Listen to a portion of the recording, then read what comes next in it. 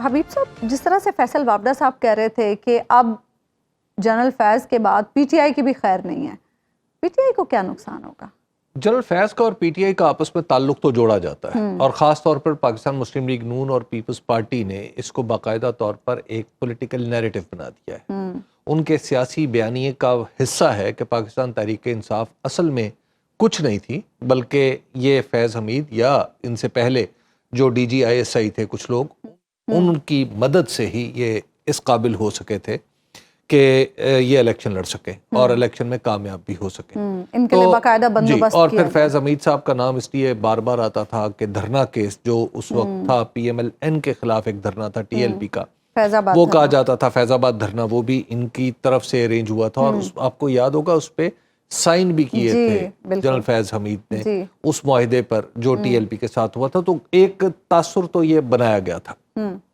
اب اگرچہ ان کی گرفتاری کی وجوہات میں یہ شامل نہیں ہے، ان کی گرفتاری کی وجوہات میں دو ہی واقعات، دو ہی حصے ہیں۔ ایک حصہ ہے جو ان کے میجر جنرل کے زمانے کا ہے جب وہ ڈی جی سی تھے، اور دوسرا حصہ ہے جو پوسٹ ریٹائرمنٹ کے زمانے کا ہے۔ اب ان کی جو ریٹائرمنٹ ہے وہ 2022 میں ہوئی، یعنی جب موجودہ چیف آف آرمی اسٹاف بنے نومبر میں، تو اس کے فوری بعد انہوں نے ریٹائرمنٹ لے لی تھی۔ اب اس کا آپ یوں دیکھیے کہ نومبر یا دسمبر 2022 سے لے کے آج تک آپ آ جائے تو تقریباً 1.5-2 سال بنتے ہیں۔ تو جو کچھ بھی جو پوسٹ ریٹائرمنٹ میں ہے وہ 1.5-2 سال کا عرصہ ہے، اور یہی عرصہ وہ ہے جو پاکستان تحریک انصاف کے اوپر تنگی کا تھا۔ اب کیا فیض حمید صاحب نے پی ٹی آئی کو کچھ ایسا راستہ بتایا کہ جس پہ چلی پی ٹی آئی اور اس نے کچھ نقصان اٹھایا یا نقصان کیا؟ 9 مئی کے حوالے سے کہا جا رہا ہے۔ اب یہ تو ایک بڑی ایک ڈفرنٹ بات ہے نا کہ 9 مئی میں کچھ حاضر سروس لوگوں کو سزا مل چکی ہے، آپ کو پتہ ہے، سزا اگر نہیں بھی ملی تو ان کو ان کا خمیازہ انہیں بھگتنا پڑا ہے۔ تو یہ فیض حمید صاحب 9 مئی والا واقعہ تو مجھے ابھی آج کی تاریخ تک یا دستیاب معلومات، کچھ صحافی کلیم کر رہے ہیں، دیکھیے وہ کلیمز تو پھر جو مرضی کر لیں، اس وقت تو جو مرضی آپ کلیمز کر رہے ہیں نا، میں دیکھ رہا ہوں کہ کل سے بہت سارے صحافی جو ہے نا وہ سارے کے سارے وہ انہیں نظر آ رہا ہے کہ جناب یہ جو فیض حمید صاحب ہیں یہ بنیادی طور پہ پاکستان کے سارے مسائل کی جڑ تھے۔ تو حالانکہ یہ بات کہنا اس وقت تھوڑا مشکل ہے، الزامات دو ہیں، اور وہ میں فیصل وابڈہ صاحب کی اس بات کو نو ڈاؤٹ میں ان کی داد دیتا ہوں کہ انہوں نے جو دوسرا حصہ ہے کہ پوسٹ ریٹائرمنٹ انہوں نے کیا کیا، یہ جب سامنے آئے گا تو اسی وقت کچھ بات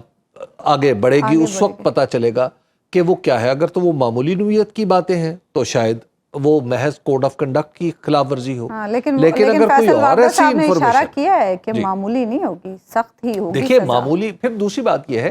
کہ آپ نے یہ بھی دیکھنا ہے کہ وہ جو بات کریں گے اس کو کورابوریٹ بھی تو کرنا ہے نا، یعنی اگر ایک آدمی نے الزام لگایا ہے یا ایک آدمی نے کوئی مشورہ دیا ہے دوسرے آدمی کو، تو کیا دوسرے نے اس کو مانا ہے؟ ہاں یہ بھی بڑا یہ بھی تو ایک بڑا امپورٹنٹ چیز ہے۔ تو لیکن یہ فوج نے، میں سمجھتا ہوں کہ فوج نے ایک ایسا کام کر دیا ہے کہ فوج کے اندر اکاؤنٹیبلٹی اور احتساب کا جو کلچر ہے اس کو فروغ ملے تو پاکستان کے بہت سارے مسائل جو ہیں وہ حل ہوں گے، کیونکہ فوج کو دیکھ کے تمام ادارے اپنے اپنے راستے کا تعین کرتے ہیں۔ اچھا حبیب صاحب، یہ اپوزیشن رہنماؤں کا بھی کل ایک میٹنگ ہوئی ہے، کیا لگ رہا ہے آپ کو کوئی بڑی تحریک شروع کر سکتے ہیں یہ لوگ؟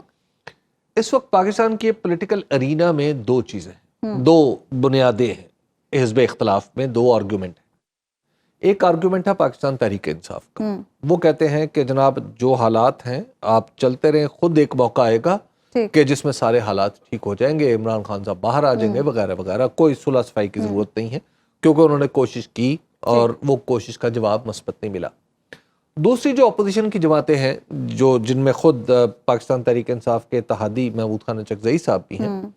وہ بھی اور دوسرے لوگ اس بات کے قائل ہیں کہ ود ان پولیٹیکل ارینا اگر ہم کو اتفاق کر لیں جس میں پیپلز پارٹی اور پی ایم ایل این بھی شامل ہو تو پھر اسٹیبلشمنٹ کے مقابلے پہ ایک اتحاد بنایا جا سکتا ہے۔ اب یہ دو مختلف تھیوریز ہیں جن پہ کام ہو رہا ہے. ہاں لیکن سرحد طبیب صاحب دوسری تھیوری پہ تو دوسری مجھے یہ لگ رہا ہے, مجھے جو اس وقت سچویشن لگ رہی ہے وہ یہ ہے کہ جس طرح محمد علی خان درانی صاحب کے ساتھ بیٹھ کے سب لوگوں نے کھانا کھایا ہے, یہ ایک میز پہ بیٹھ جانا کافی سارے معاملات کو ہموار کر دے گا. اچھا ہاں, اور آگے چل کے شاید مجھے ایسا محسوس ہوتا ہے کہ اکتوبر نومبر میں کچھ آپ کو ہلچل کافی بڑی نظر آئے گی.